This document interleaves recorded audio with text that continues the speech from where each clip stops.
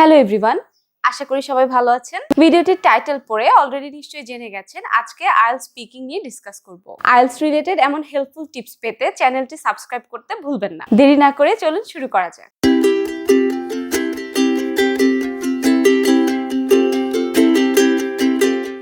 IELTS এর সবগুলো মডিউলের মধ্যে স্পিকিং টেস্ট শর্টেস্ট টাইম পিরিয়ডের জন্য হয়, যা মাত্র 12 থেকে 15 মিনিট। কিন্তু টেস্টে এই অল্প সময় অনেক লেন্দি মনে হয়, কারণ আমরা তখন এক্সামের স্ট্রেসে থাকি। So first of all, speaking টেস্টকে টিপিক্যাল এক্সাম মনে করবেন না।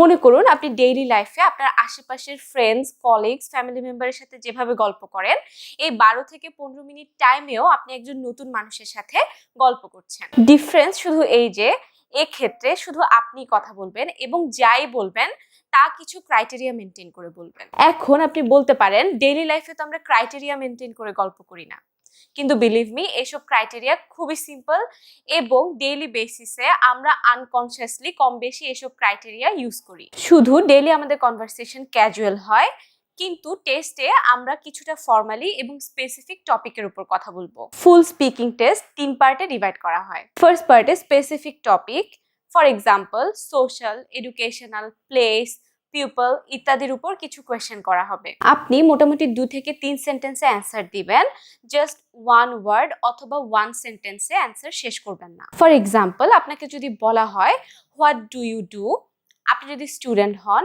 তাহলে just I am a student না বলে আপনি বলতে পারেন I am a student and doing my BSc in biotechnology in Chittagong university. However, I am also doing a part-time job as a teaching assistant. So, just I am a student বলে শেষ করবেন না, ওই আইডিয়াকে আরো 1 বা 2 সেন্টেন্সে আপনি এলাবোরেট করবেন। মনে রাখবেন আপনি যা কিছু ইনফরমেশন বলছেন তা সত্যি অর মিথ্যা কিনা অথবা রাইট অর রং কিনা তা ম্যাটার করে না।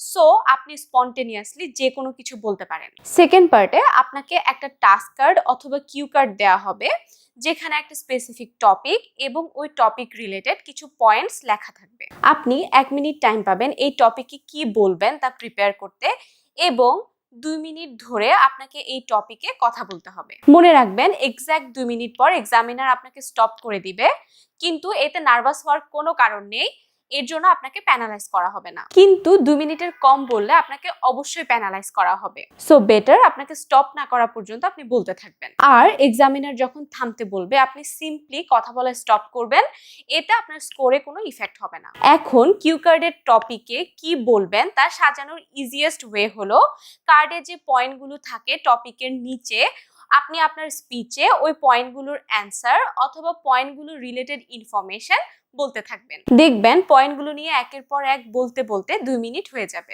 এছাড়া আপনি পয়েন্টগুলোর বাইরে কিছু ইনক্লুড করতে চাইলে অথবা পয়েন্টগুলো রিলেটেড কোনো নোট লিখতে চাইলে তা আপনি কিউ কার্ডে লিখে রাখতে পারেন। স্পিচ বলতে বলতে আপনি ওই নোটের হেল্প নিতে পারেন, কিন্তু হ্যাঁ, নোট থেকে কিছু রিড আউট করা যাবে না। আপনি এই সময় নর্মালি এক্সামিনারের সাথে আই কন্ট্যাক্ট করে এবং স্মাইলিং ফেস রেখে এক্সামিনারের সাথে কথা বলবেন। থ্রু আউট পুরো টেস্টে অর্থাৎ 12 থেকে 15 মিনিট প্রপার আই কন্ট্যাক্ট এবং স্মাইলিং ফেস মেনটেন করা খুবই ইম্পর্টেন্ট।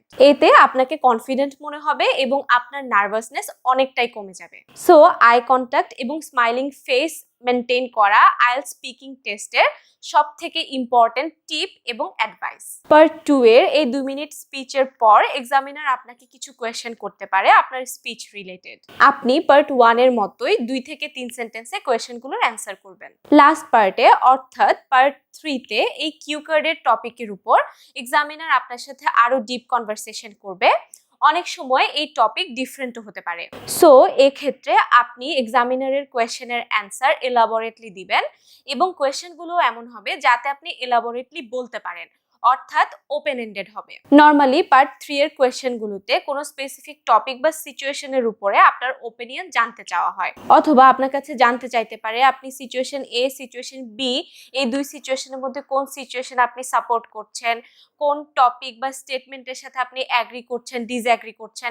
এভাবে বিভিন্ন ওয়েতে আপনার ওপিনিয়ন জানতে চাইবে। যেহেতু এক্ষেত্রে আপনাকে ইলাবোরেট অ্যান্সার করতে হবে, সো আপনি আপনার অ্যান্সারকে ইলাবোরেট করার জন্য আপনি বিভিন্ন ধরনের এক্সাম্পল ইনক্লুড করতে পারেন। এক্সাম্পল আপনি নিজ থেকে বানিয়ে যা খুশি বলতে পারেন। মনে রাখবেন, স্পিকিং টেস্টে আপনি কি বলছেন তা থেকেও কিভাবে বলছেন, অর্থাৎ স্পন্টেনিয়াসলি ফ্লুয়েন্টলি বলছেন কিনা তা বেশি ইম্পর্টেন্ট। ফর এক্সাম্পল, আমার স্পিকিং টেস্টে আমার পার্ট 3 এর টপিক ছিল এনভায়রনমেন্টাল পলিউশন। আমাকে কোয়েশ্চেন করা হয়েছিল, have you ever been to a polluted place and how did you feel? তখন আমি ইনস্ট্যান্টলি বুঝতে পারছিলাম না কি বলবো, তাও আবার পার্ট 3 এর কোয়েশ্চেনের অ্যান্সার, তার মানে 4 থেকে 5 সেন্টেন্স তো বলতেই হবে। আমার হোম টাউন কক্সবাজার হওয়ায় ইনস্ট্যান্টলি তখন আমার মাথায় সেন্ট মার্টিনের নাম আসে। সো আমার অ্যান্সার ছিল, once I visited Saint Martin with my friends. However, I felt bad when I saw the beach side was full of pollutants such as plastic bags, bottles, etc. here and there. After seeing that, me and my friends decided to clean up the beach. To recapitulate, we had a wonderful feeling after contributing to the whole cleaning up process and to be able to participate in the environmental sustainability. I know এটা perfect answer না, কিন্তু তখন instantly আমার মাথায় যা এসেছিল বলেছি। এবং as I mentioned earlier, perfect কন্টেন্টের থেকেও বেশি ইম্পর্টেন্ট হলো স্পন্টেনিয়াসলি এবং ফ্লুয়েন্টলি বলতে থাকা। এখানে বিচ ক্লিনিং এর এক্সপিরিয়েন্সটা আমি এক্সাম্পল হিসেবে বলেছি এবং এই এক্সাম্পলের ফলে আমার অ্যান্সারও ইলাবোরেট হয়েছে। আর এই হোল স্টোরিটা কিন্তু আমি তখনই বানিয়ে বলেছিলাম। সো আপনারাও এভাবে প্র্যাকটিস করবেন। এখন আসি আইএলটিএস স্পিকিং এ কি কি ক্রাইটেরিয়ার উপর বেস করে স্কোর করা হয়। IELTS speaking A normally fluency, accuracy, grammatical range and grammatical accuracy, vocabulary, coherence এবং প্রোনাউন্সিয়েশনের উপর স্কোর করা হয়। এই ক্রাইটেরিয়াগুলো কম বেশি আমরা সবাই জানি, তাই আমি আর রিপিট করছি না। কিন্তু কারো যদি এই ক্রাইটেরিয়াগুলো সম্পর্কে কোনো কোয়েশ্চেন থাকে, প্লিজ কমেন্ট সেকশনে জানাবেন। এখন টেস্টের শুরুতে আপনার আইডেন্টিফিকেশন অর্থাৎ পাসপোর্ট চেক করা হয়। এ সময় এক্সামিনার আপনাকে গ্রিট করতে পারে এবং আপনার নাম জানতে চাইতে পারে। এ সময় আপনি ইলাবোরেট অ্যান্সার দিবেন না। টেস্ট শুরুর আগে এক্সামিনার রেকর্ডার অন করবে এবং আপনাকে জানাবে যে টেস্ট শুরু হচ্ছে। আমার স্পিকিং টেস্টে আমার আইডেন্টিফিকেশন টেস্ট রুমে যাওয়ার আগেই নিয়ে নিয়েছিল। সো এক্সামিনার আমার কাছে আর কোনো আইডেন্টিফিকেশন চায়নি এবং এক্সামিনার জাস্ট গ্রিট এবং হোয়াটস ইউর নেম বলে রেকর্ডার অন করেছিল এবং টেস্ট স্টার্ট করেছিল। টেস্ট শুরুর আগে এক্সামিনার আপনাকে যাই কোয়েশ্চেন করবে আপনি জাস্ট অ্যান্সার দিবেন, কিন্তু এর মানে এই না যে আপনি জাস্ট এক ওয়ার্ডে অর্থাৎ yes, no, I do, I don't এভাবে বলবেন। ফর এক্সাম্পল, আপনাকে হোয়াটস ইউর নেম বললে আপনি জাস্ট আপনার নাম মিম্মি এভাবে না বলে আপনি বলবেন মাই নেমস মিম্মি। অথবা আপনাকে যদি বলা হয় may I have your passport, আপনি জাস্ট ইয়েস বলে পাসপোর্টটা দিয়ে না দিয়ে আপনি বলবেন হেয়ার ইট ইজ, অথবা বলবেন অফকোর্স হেয়ার ইট ইজ। আমি আবার বলছি, রেকর্ডিং স্টার্ট না করা পর্যন্ত আপনার স্কোরিং স্টার্ট হবে না, কিন্তু স্কোর না করা হলেও নিজেকে বেটার ওয়েতেই প্রেজেন্ট করবেন এবং এক্ষেত্রে আপনার অ্যান্সারকে ইলাবোরেট করবেন না। মনে রাখবেন, এক্সামিনারকে কখনোই পাল্টা কোয়েশ্চেন করবেন না।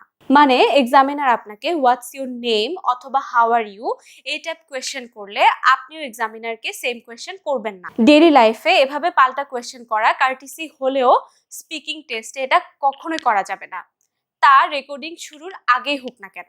এখন আসি আমাদের নেটিভ ল্যাঙ্গুয়েজ ইংলিশ না হয়েও আমরা কিভাবে স্পিকিং এ নিজেদের ইমপ্রুভ করতে পারি। স্পিকিং টেস্টে সবথেকে বড় ব্যারিয়ার হলো আমাদের নার্ভাসনেস এবং জড়তা। এটা ওভারকাম করতে আমাদের ডেইলি এবং রেগুলারলি প্র্যাকটিস করতে হবে। আমি অনেককেই দেখি প্র্যাকটিসের জন্য পার্টনার খুঁজে পান না, কিন্তু আপনি পার্টনার ছাড়াও খুব ইফেক্টিভলি প্র্যাকটিস করতে পারেন।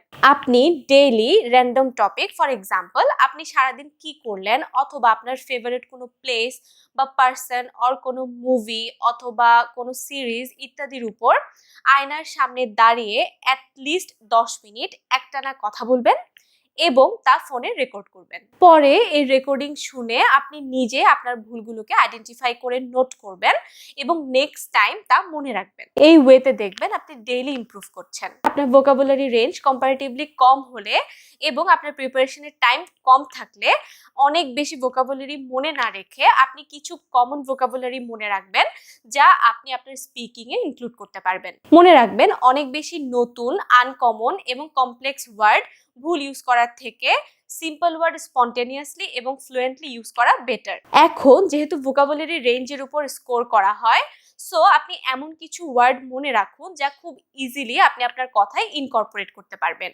এবং এর ফলে এক্সামিনারের মনে হবে আপনার ভোকাবুলারি রেঞ্জ ভালো। পাশাপাশি আপনি আপনার speaking A linking words, for example however, moreover, additionally, firstly, secondly, as a result, Das, next etcetera use করবেন। আমি আমার প্রিপারেশনের সময় যে ভিডিওগুলো ভোকাবুলারির জন্য ফলো করেছিলাম তার লিংক আমি ডেসক্রিপশন বক্সে দিয়ে দিয়েছি, আপনারাও এই ভিডিওগুলো ফলো করতে পারেন। ধন্যবাদ আমাদের সাথে থাকার জন্য। নেক্সট ভিডিওতে থাকবে আইএলটিএস স্পিকিং এর আরো কিছু হেল্পফুল এবং ইফেক্টিভ টিপস। সো নোটিফিকেশন পেতে চ্যানেলটি সাবস্ক্রাইব করার পাশাপাশি বেল আইকনেও ক্লিক করুন। দেখা হচ্ছে নেক্সট ভিডিওতে।